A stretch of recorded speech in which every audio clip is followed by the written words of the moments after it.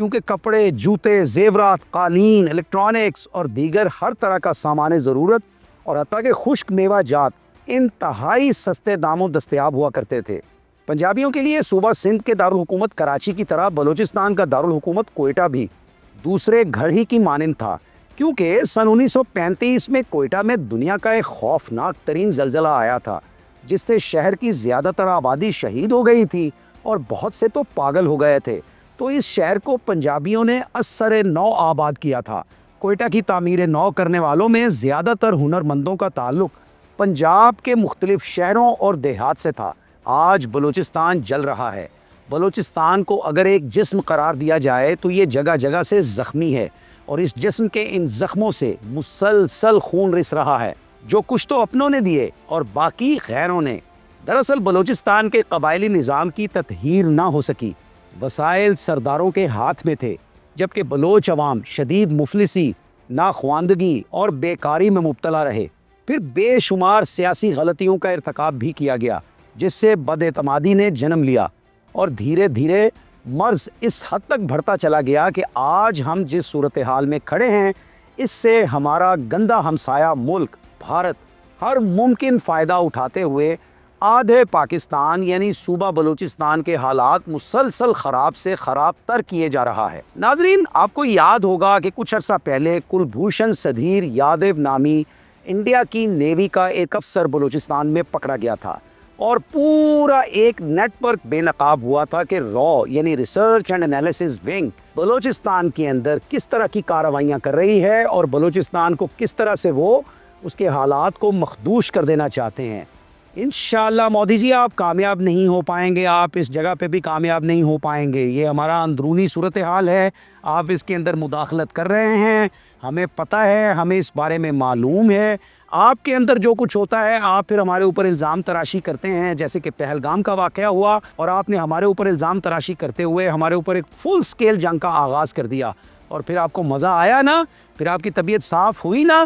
اسی طرح بلوچستان میں بھی ہم صفائی کریں گے۔ فتنۃ الہندوستان کی فیلڈ مارشل عاصم منیر صاحب نے جو آپریشن شروع کر رکھا ہے، اس کے نتائج آپ کے سامنے آئیں گے اور آپ کو سب پتہ چل جائے گا۔ اس بات میں کسی کو کوئی شک نہیں ہونا چاہیے کہ بلوچستان کے حالات کیوں خراب کیے جا رہے ہیں، کیونکہ یہاں معدنی وسائل سے مالا مال علاقے ہیں۔ تانبا، سونا، لوہا، کرومائٹ، کوئلہ، سیسا، زنک، سنگ مرمر، گرین آنیکس، گرینائٹ، گندک، بیرائٹ، جپسم، غرض کیا نہیں ہے بلوچستان میں۔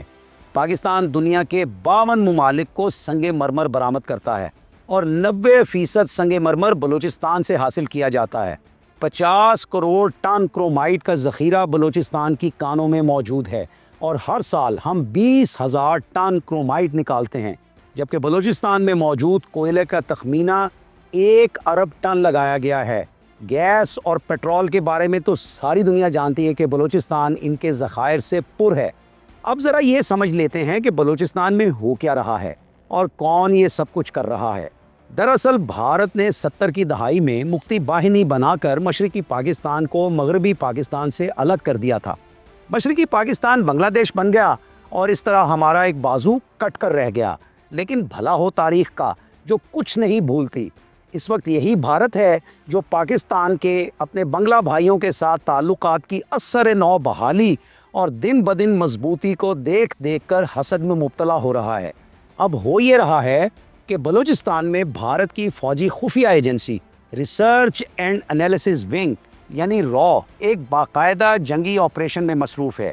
کوئٹہ، قلات، یوب، خزدار، پشین، پنجگور، پسنی، کولو، ڈیرہ بوگٹی، لورالائی، واشک، آوران، خاران، کیچ اور گوادر تک میں رو ایک ایسا خفیہ جنگی کھیل کھیل رہی ہے جس کے سنگین نتائج سے بھارتیہ قوم کو جان بوجھ کر مودی جی آگاہ نہیں کر رہا ہے۔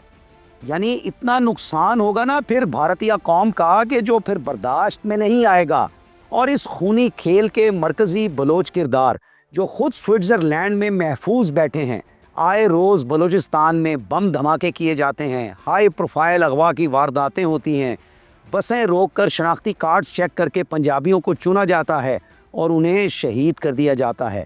ابھی حال ہی میں جعفر ایکسپریس والا واقعہ بھی رو کی کارستانی تھی، اور پھر ہوا مقبوضہ کشمیر میں پہلگام حملہ، جس کے بعد پھر ہوئی پاکستان بھارت 4 روزہ جنگ، جس میں پاکستان نے بھارت کو عبرتناک شکست سے دوچار کیا، تو بھارت نے پھر بلوچستان میں اپنے مکروہ منصوبے پر عمل درآمد تیز کر دیا ہے۔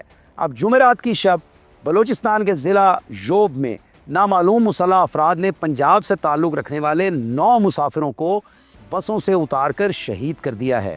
حکام کے مطابق ان مسافروں کو بلوچستان سے پنجاب جانے والی 2 مسافر بسوں سے اتارا گیا، اور یہ واقعہ سرا ڈاکائی نامی علاقے میں کوئٹہ کو ڈیرہ غازی خان سے ملانے والی قومی شاہراہ پر پیش آیا، جہاں مسلح افراد نے ناکہ بندی کر رکھی تھی۔ اسسٹنٹ کمشنر یوب کے مطابق شہداء میں 2 سگے بھائی عثمان نذیر اور جابر نذیر بھی شامل تھے۔ متوفیان کے تیسرے بھائی صابر نذیر کے مطابق یہ دونوں بھائی اپنے والد کے جنازے میں شرکت کے لیے دنیا پور آ رہے تھے۔ اسی واقعے میں شہید ہونے والے صابر نامی شخص کا تعلق کاموکی سے ہے۔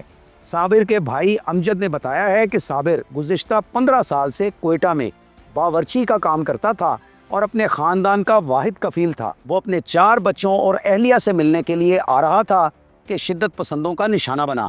امجد کے مطابق وہ اتنے وسائل بھی نہیں رکھتے کہ بلوچستان جا کر بھائی کی لاش لا سکیں۔ وزیر اعلیٰ بلوچستان ویر سرفراز بگٹی نے کہا ہے کہ دہشت گردوں نے انسان نہیں بزدل درندے ہونے کا ثبوت دیا ہے۔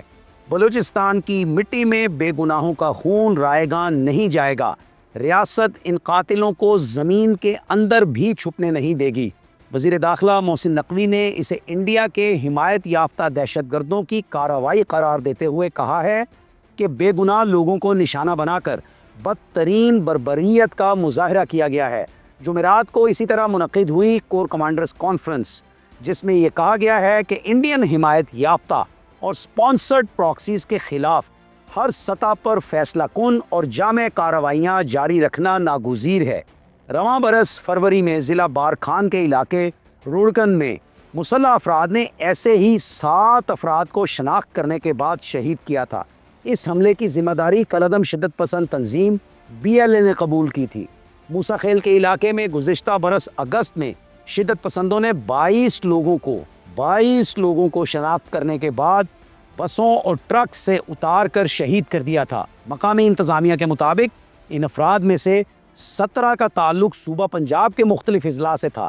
اس سے قبل اپریل 2024 میں ایسا ہی ایک واقعہ ضلع نوشکی میں پیش آیا تھا، جب ایک مسافر بس سے پنجاب کے شہر منڈی بہاؤالدین اور گوجرانوالہ سے تعلق رکھنے والے 9 افراد کو اتارا گیا اور فائرنگ کر کے شہید کر دیا گیا۔ فیلڈ مارشل سید عاصم منیر نے بھارتیہ مداخلت کو فتنۃ الہندوستان کا نام دے کر ان تمام مذموم عناصر کے خلاف کریک ڈاؤن کو تیز تر کر دیا ہے، جن عناصر نے اب ایک طویل عرصے سے صوبے کا امن تہو بالا کر رکھا تھا۔ انہیں اب کسی قسم کی معافی نہیں دی جائے گی، کسی قسم کی روح رعایت نہیں برتی جائے گی۔ اور مودی جی، آپ کو بھی یہ یاد رکھنا چاہیے کہ آپ کا جو نیوی کا افسر ہے کلبھوشن سدھیر یادو، وہ رہا ہونے والا نہیں ہے۔ وہ ٹرافی ہے ہمارے پاس، اور وہ ثبوت ہے اس بات کا کہ رو بلوچستان میں کارروائیوں میں ملوث ہے، اور بلوچستان میں آپ کارروائیوں میں ملوث رہیں گے تو اس کا جواب آئے گا، آپ کو ریاکشن دیا جائے گا۔ جب آپ کو ریاکشن دیا جائے گا، پھر آپ کو بڑی تکلیف ہوگی، پھر آپ کو بڑی درد ہوگی، اور پھر اس کے بعد اگر آپ کوئی دوسری جنگ لڑنے کی کوشش کریں گے ہمارے ساتھ مودی جی، تو پھر آپ کو اس کا بھی بھرپور قسم کا جواب دیا جائے گا۔ پچھلی 88 گھنٹے کی جنگ میں آپ نے دیکھا نا، آپ کی طبیعت کافی صاف ہوئی، اور ابھی آپ کے جو جنرل انیل ہیں اور آپ کے جو ڈپٹی آرمی چیف ہیں، وہ بڑی ان کو مرچیں لگ رہی ہیں کہ چین ہمارے ساتھ تھا، بنگلہ دیش ہمارے ساتھ تھا، اسی طرح دنیا کے دیگر ممالک جیسے ترکی کا نام لیا انہوں نے، وہ ہمارے ساتھ تھا، تو کیوں نہ ہو وہ ہمارے ساتھ۔ فرانس نے آپ کو طیارے نہیں دیے، روس نے آپ کو طیارے نہیں دیے، آپ بھی تو دنیا بھر سے ٹیکنالوجی لیتے ہیں، آپ بھی دنیا بھر سے جنگی وارفیئر کے لیے ٹیکنالوجی لیتے ہیں، تو ہم اگر لیتے ہیں تو آپ کو کیا تکلیف ہے اس کے اندر؟ دنیا ہمارے ساتھ بھی کاروبار کرتی ہے، ہم بھی اپنے ڈیفنس پروڈکٹس خریدنے کے لیے آزاد ہیں، اور ویسے تو بہت ساری چیزیں ہم اپنی مدد آپ کے تحت بنا رہے ہیں مودی جی، اور آپ کا چہرہ بگاڑ دیں گے ہم اگر آپ نے بلوچستان میں اپنی کارروائیوں کو نہ روکا تو۔ ناظرین، آپ کا کیا خیال ہے کہ بھارت کو بلوچستان کے حالات خراب کرنے پر کیا سزا ملنی چاہیے؟ بھارت کی افواج کو کس طرح کی چوٹ پہنچائی جائے کہ انہیں دوبارہ کبھی بلوچستان میں مداخلت کی جرت نہ ہو، اور جو بھارتی پراکسیز سوئٹزرلینڈ میں بیٹھی ہیں اور یہاں خونی پتلی تماشا چلا رہی ہیں، ان کے خلاف کیا اقدامات ہمیں کرنا ہوں گے؟ اپنے خیالات کا اظہار ضرور کیجیے گا، انتظار رہے گا۔ اب اجازت دیجیے، اللہ حافظ۔